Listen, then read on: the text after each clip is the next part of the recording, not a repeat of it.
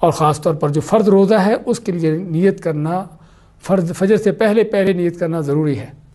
اللہ کے نبی صلی اللہ علیہ وسلم کا فرمان ہے من لم یبیت الصیام من اللیل فلا صوم لہ، کہ جو رات سے ہی روزے کی نیت نہیں کر لیتا اس کا روزہ نہیں ہوتا، اور رات سے مراد یعنی فجر سے پہلے۔ اب فجر سے پہلے نیت کیسے کریں گے؟ تو ہم نے بیان کر دیا کہ زبان سے الفاظ کوئی نہیں کہنے، لیکن دل سے نیت ہوگی۔ دل سے نیت کیا ہے؟ پہلی بات تو آپ کا سحری کے وقت اٹھنا، جو آپ کو ممکن ہے روٹین نہ اٹھنے کی، اٹھ کر آپ کو اس ٹائم کھانا کھانا فجر سے پہلے سحری کے وقت، کہ جو عام روٹین سے بہت ہٹ کر ہے۔ ہاں، یہ آپ کا اٹھنا بھی اور کھانا کھانا بھی سحری کے نام سے کیا چیز ہے؟ روزے کی نیت ہے، کہ آپ روزے کے لیے سارا کچھ کر رہے ہیں۔ تو آپ کے دل میں جو نیت چل رہی ہے روزہ رکھنے کی، وہی نیت ہے کہ جو کرنا ضروری ہے فجر سے پہلے۔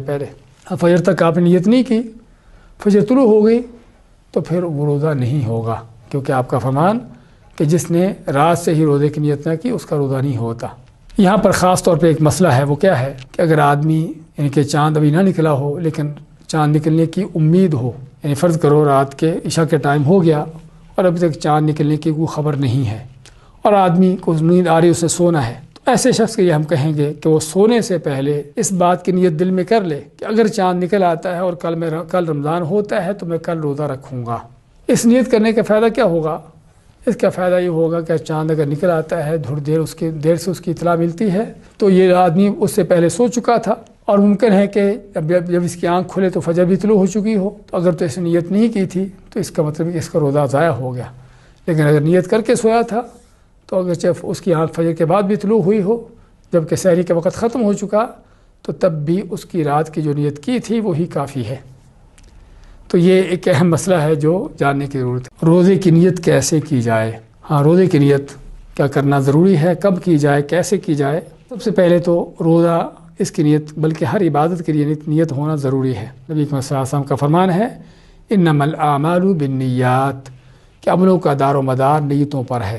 آدمی کی جیسے نیت ہوگی ویسے ہی اس کا عمل ہوگا۔ خالص ہو کر خالص نیت کے ساتھ کو عمل کیا ہے، اللہ کے ہاں قبول ہوگا، اجر نیکی ملے گا۔ عمل تو کیا ہے لیکن نیت خراب تھی، دکھانے کی تھی، ریاکاری کی تھی، تو اللہ تعالیٰ کے ہاں اس عمل کی کوئی حیثیت نہیں ہے۔ یہ نہیں کہ عمل قبول نہیں ہوا، بلکہ اللہ کے ہاں اس عمل کی کوئی حیثیت ہی نہیں ہے۔ کس لیے؟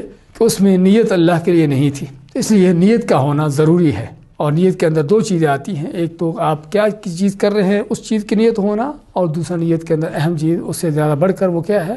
اللہ کے لیے خالص ہونے کی نیت ہونا۔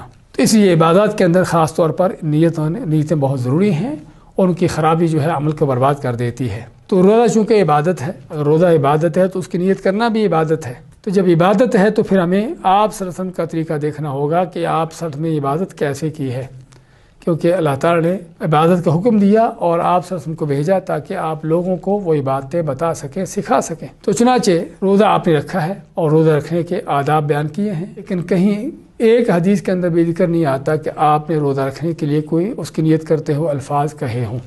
ہاں، اس کے علاوہ دوسری چیزیں ملتی ہیں جس میں ذکر کیا ہے کہ آپ صلی اللہ علیہ وسلم کا یعنی کہ روزہ رکھنے کے معاملات کس طرح ہوتے تھے، سحری کیسے کرتے تھے، افطاری کیسے کرتے تھے، ساری چیزیں آپ نے نیت بھی کی ہے، کرنے کا حکم بھی دیا ہے بلکہ، لیکن آپ نیت کرتے ہوئے الفاظ کیا کہیں ہیں اس کے بارے میں کوئی صحیح، کوئی ضعیف، کوئی من گھڑت حدیث بھی نہیں ہے۔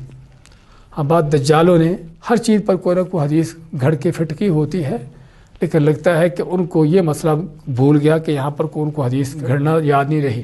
تو علی کل حال روزے کی نیت کے بارے میں کوئی حدیث نہیں ہے، نہ کوئی صحیح، نہ کوئی ضعیف، نہ کوئی من گھڑت۔ تو آپ کہیں گے بھی ایک ہمارے ہاں ایک دعا تو چلتی ہے، لوگ کہتے ہیں کہ وَبِصَوْمِ غَدٍ نَوَيْتُ مِنْ شَهْرِ رمضان، کہ یہ دعا پھر کہاں سے آئی ہے، اور الفاظ اس کے عربی کے الفاظ ہیں، اس کا معنی کہ شاید آپ سے ہو۔ دیکھتے ہیں ہم یہ دعا کہاں سے ہے۔